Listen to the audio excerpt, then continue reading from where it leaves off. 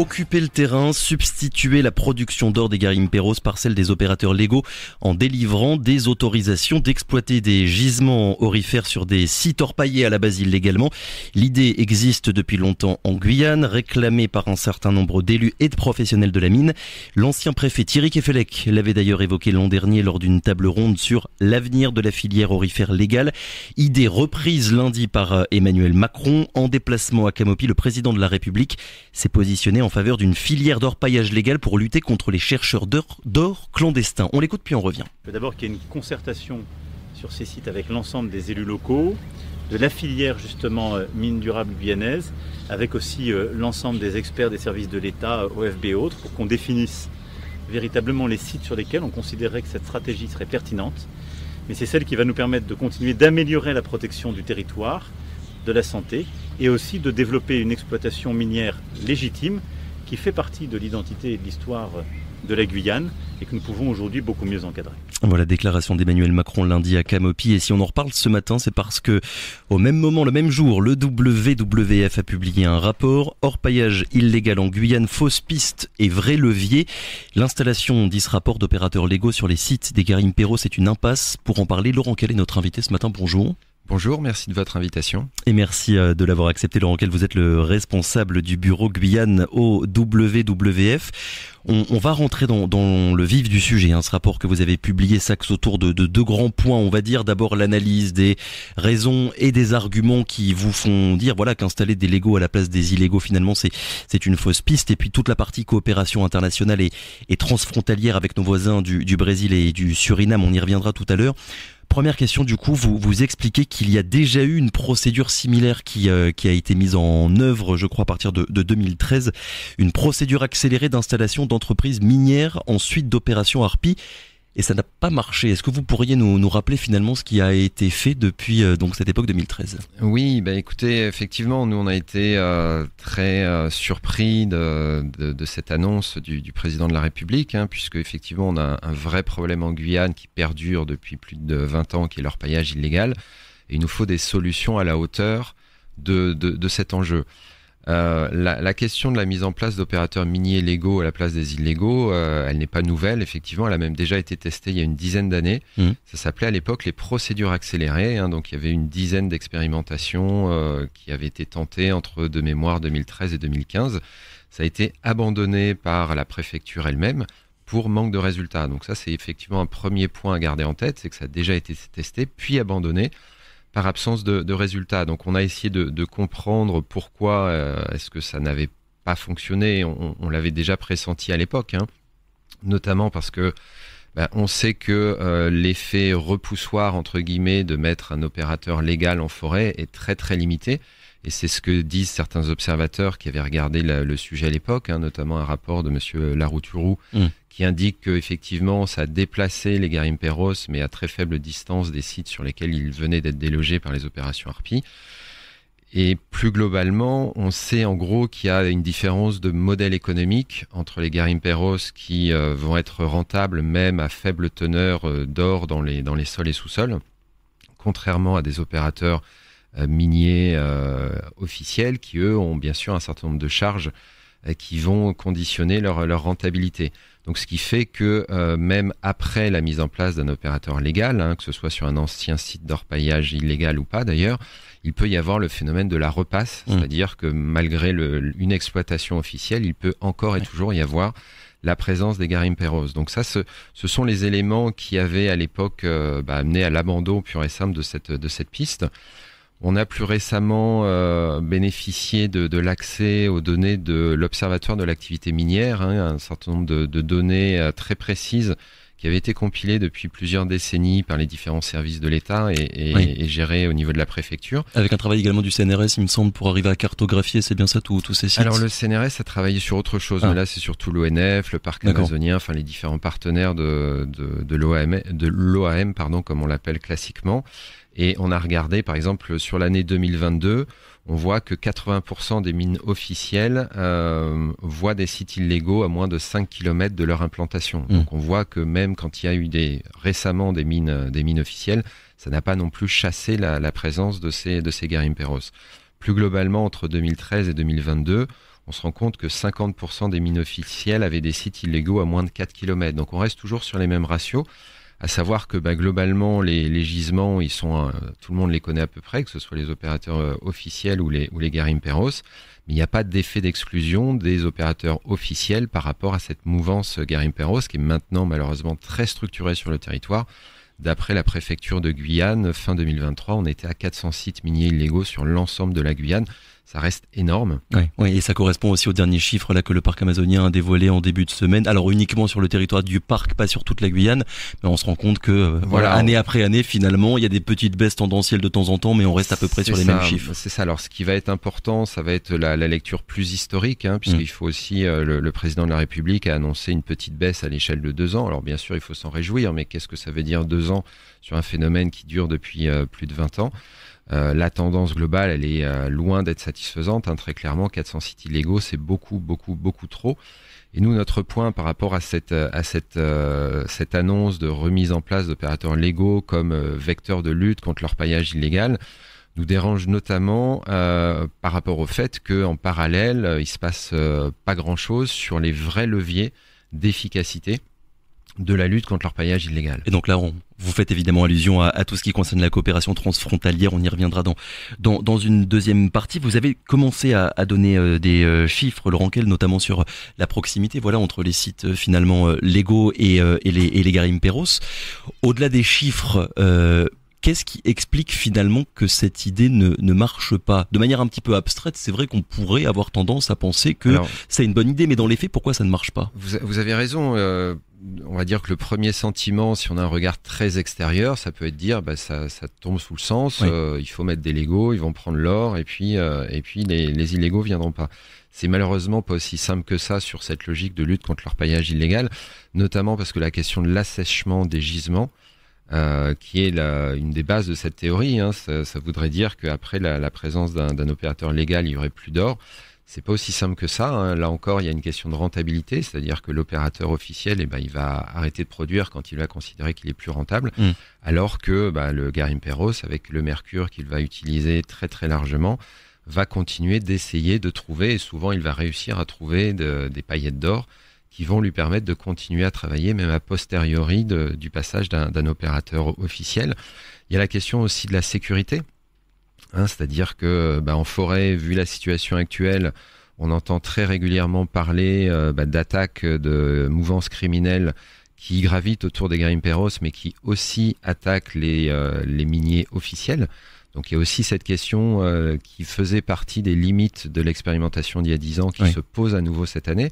Et concrètement, nous, ce que l'on craint, c'est que par rapport à toutes ces limites déjà connues, ces nouvelles expérimentations fixent une partie des moyens de lutte contre l'orpaillage illégal à la protection des opérateurs miniers légaux qui cette fois-ci seraient affichés comme un moyen de lutte, fixer des moyens de surveillance, de protection qui seraient bien sûr légitimes. Il s'agit bien évidemment de ne pas faire courir de risque à qui que ce soit en forêt ici en Guyane, mais c'est aussi fixer des moyens au détriment de la lutte plus globale.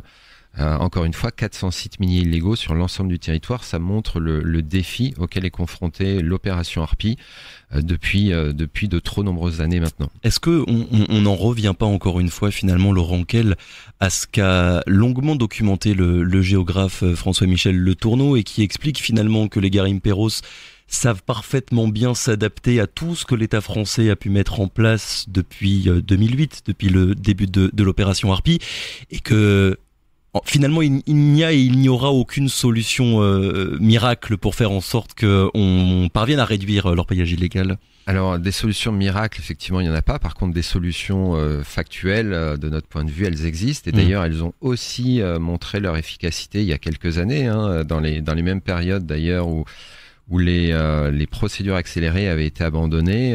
Nous étions d'ores et déjà en contact étroit avec les opérateurs Harpie et eux nous faisaient part de leur grande satisfaction de la coopération mise en place avec le Brésil et avec le Suriname, qui avait, on le cite dans notre rapport, pendant 1 mois et demi, des forces brésiliennes aux côtés des forces françaises, un travail vraiment de collaboration vraiment étroite, qui avait, selon les rapports officiels de l'époque, permis l'assèchement de la logistique. ayant amené, toujours selon le rapport officiel, au départ des garimperos de certains sites miniers illégaux, puisqu'ils n'étaient plus approvisionnés, notamment en alimentation, notamment en carburant, enfin tout ce qui leur est indispensable pour fonctionner.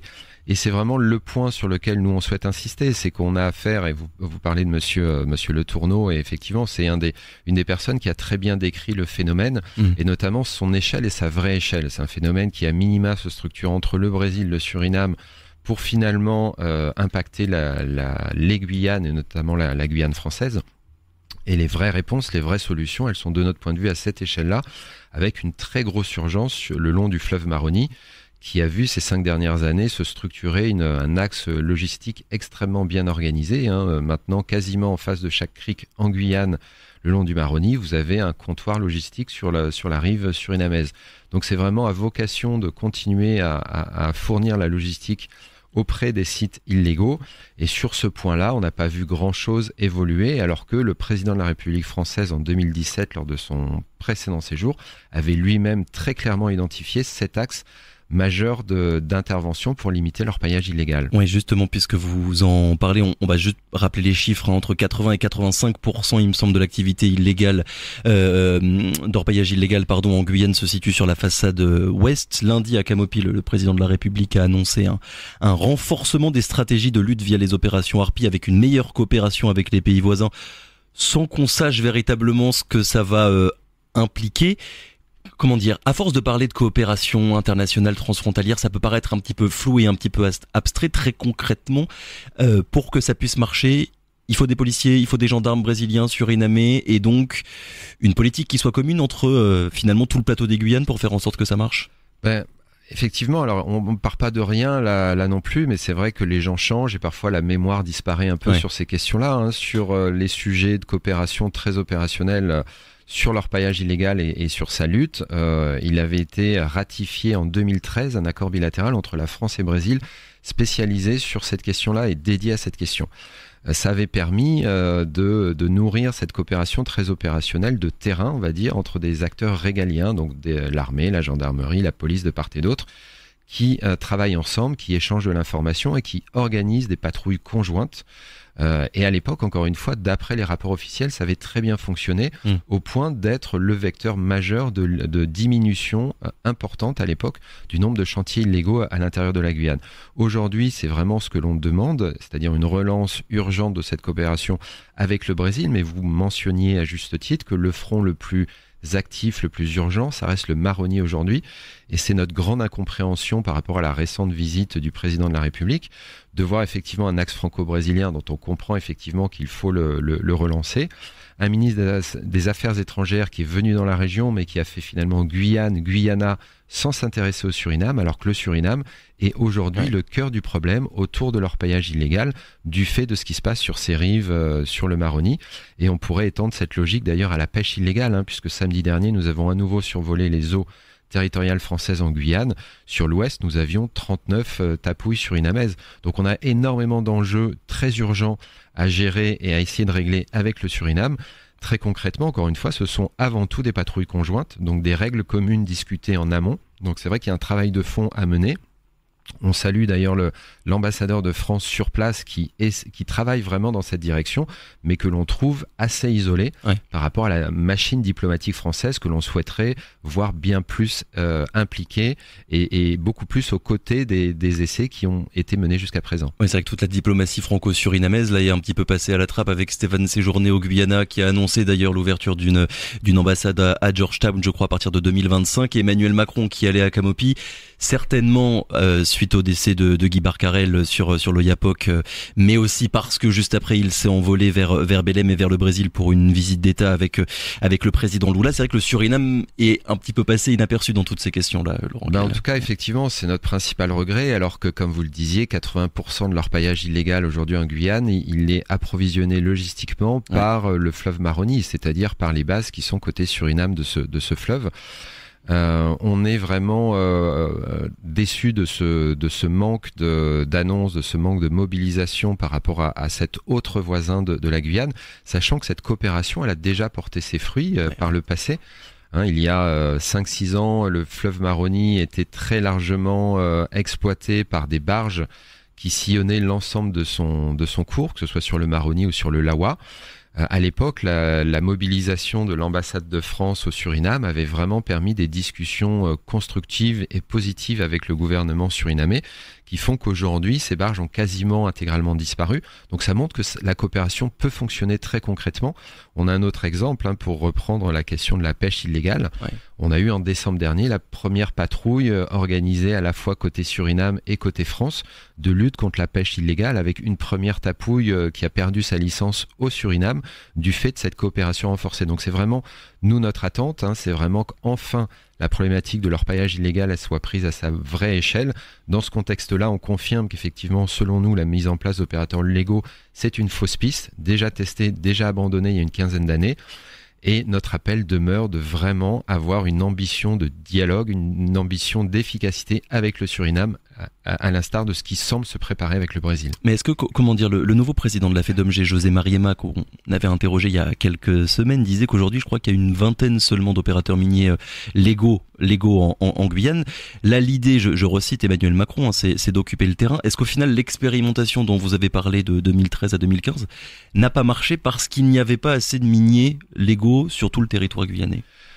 De toute façon, on parle de 400 sites miniers illégaux aujourd'hui, donc il n'y aura jamais les mêmes proportions d'exploitation officielle, notamment parce qu'une grande partie des sites illégaux se situent dans des zones interdites à l'activité minière, notamment le parc amazonien dans sa zone cœur. Il ne s'agit pas non plus de basculer dans une politique de la terre brûlée où il faudrait absolument se dire on n'arrive pas à tenir le terrain, donc il faut absolument essayer de sauver ce qui peut l'être. Nous, c'est absolument pas la logique. La question de l'orpaillage illégal, c'est aussi une question de souveraineté territoriale, comme la pêche illégale à nouveau. Donc ce sont vraiment aux acteurs régaliens d'y contribuer et d'y travailler. C'est le cas avec les opérations Harpie, et on salue l'importance de ces opérations, l'importance de l'implication de l'ensemble des partenaires de ces opérations Harpie. Il faut rappeler que dans le cadre de ces opérations, il y a eu encore 2 morts en 2023. Donc le coût humain est extrêmement important de la lutte contre l'orpaillage illégal. Raison de plus, selon nous, pour vraiment prendre la problématique à sa vraie échelle, à sa vraie ampleur, qui est vraiment transfrontalière, et en faire un sujet majeur de la diplomatie française, pas uniquement vis-à-vis du Brésil, mais aussi et surtout de façon prioritaire avec le Suriname. Dans ce rapport, Laurent Anquel, vous analysez aussi ce qui s'est passé avec la crique Nelson. Est-ce que vous pourriez revenir là-dessus et nous expliquer finalement les liens entre activité légale et illégale, sur le fait que ça ne marche pas en quelque sorte? En fait, on a pris sur un cas très concret les images satellites quand elles sont disponibles, puisque ça dépend quand il y a des nuages ou pas, mais maintenant l'image avec les satellites Sentinelle sont vraiment de plus en plus régulièrement disponibles. Et en fait, on voit sur ce cas très concret une apparition à peu près concomitante d'une exploitation officielle, donc qui est bien dans son périmètre délivré par la préfecture. Mais autour, on voit en parallèle un mitage de la forêt lié à une exploitation illégale. Et on se rend compte que sur ce cas très concret, la mise en place d'un opérateur légal n'a pas semblé avoir le moindre effet dissuasif vis-à-vis de la présence concomitante des garimperos à quelques kilomètres du site officiel. Vous avez parlé il y a quelques minutes de politique de la terre brûlée. Est-ce que finalement on pose bien la question? Parce que faut pas avoir fait l'ENA pour comprendre quand même qu'il y a des intérêts aussi et surtout économiques dans cette mesure-là. D'après vous, cet argument de remplacer les illégaux par les légaux et d'occuper le terrain, est-ce que l'État y croit vraiment d'un point de vue purement stratégique, ou bien il finit par se dire Harpie ça existe depuis 2008. En termes humains, vous l'avez dit, ça nous a coûté beaucoup. D'un point de vue financier aussi également, ça coûte des millions d'euros chaque année. Et le nombre de sites clandestins continue d'être terriblement élevé. Ce qu'on fait, ça ne marche pas. Donc, autant qu'on en tire certains avantages, qu'on développe la filière économique guyanaise, qu'on tire aussi également quelques avantages fiscaux, plutôt que de rester dans cette position où tout le monde est perdant finalement. Écoutez, là vous me demandez le sentiment profond de l'État, donc je vais bien sûr pas y répondre puisque ce sera aux représentants de le faire, de l'État. Nous, effectivement, ce qu'on constate, c'est qu'il y a aussi pas mal de gens qui ont changé, donc des idées qui paraissaient avoir été testées sans succès ont ressurgi ces derniers mois, ces dernières années, sont poussées bien évidemment politiquement, ça on en est pleinement conscient. Et nous, notre point d'alerte, c'est de rappeler que voilà, on a affaire à un phénomène purement transfrontalier et que si on veut être efficace, et on doit collectivement être efficace, notamment pour aider les acteurs régaliens qui interviennent dans le cadre des opérations Harpie, il faut désactiver ce qui nourrit, ce qui continue d'alimenter cette problématique de l'orpaillage illégal, qui est la logistique en provenance du Suriname essentiellement, mais aussi du Brésil. Donc vraiment, notre message, c'est vraiment celui-là, c'est arrêtons de nous raconter des histoires en disant que en essayant d'expérimenter à nouveau à l'échelle guyano-guyanaise, on trouverait de véritables leviers. C'est pas l'échelle d'intervention, c'est pas l'échelle d'efficacité. L'efficacité, elle est visible. Enfin, en tout cas, le manque d'efficacité est visible quotidiennement quand on va sur le Maroni. Il faut réussir à désactiver cette logistique, comme ça avait été d'ailleurs réalisé avec succès il y a une dizaine d'années sur le Yapoc, d'après les rapports officiels des opérateurs Harpie de 2014-2015. Laurent Kell, merci beaucoup d'avoir été avec nous ce matin. Je le rappelle, responsable du bureau du WWF en Guyane. Je le précise à nos auditeurs et auditrices qui seraient peut-être intéressés par la lecture de ce rapport. Il est évidemment disponible gratuitement sur votre site internet. Merci encore. Merci beaucoup. Très bonne journée. Au revoir.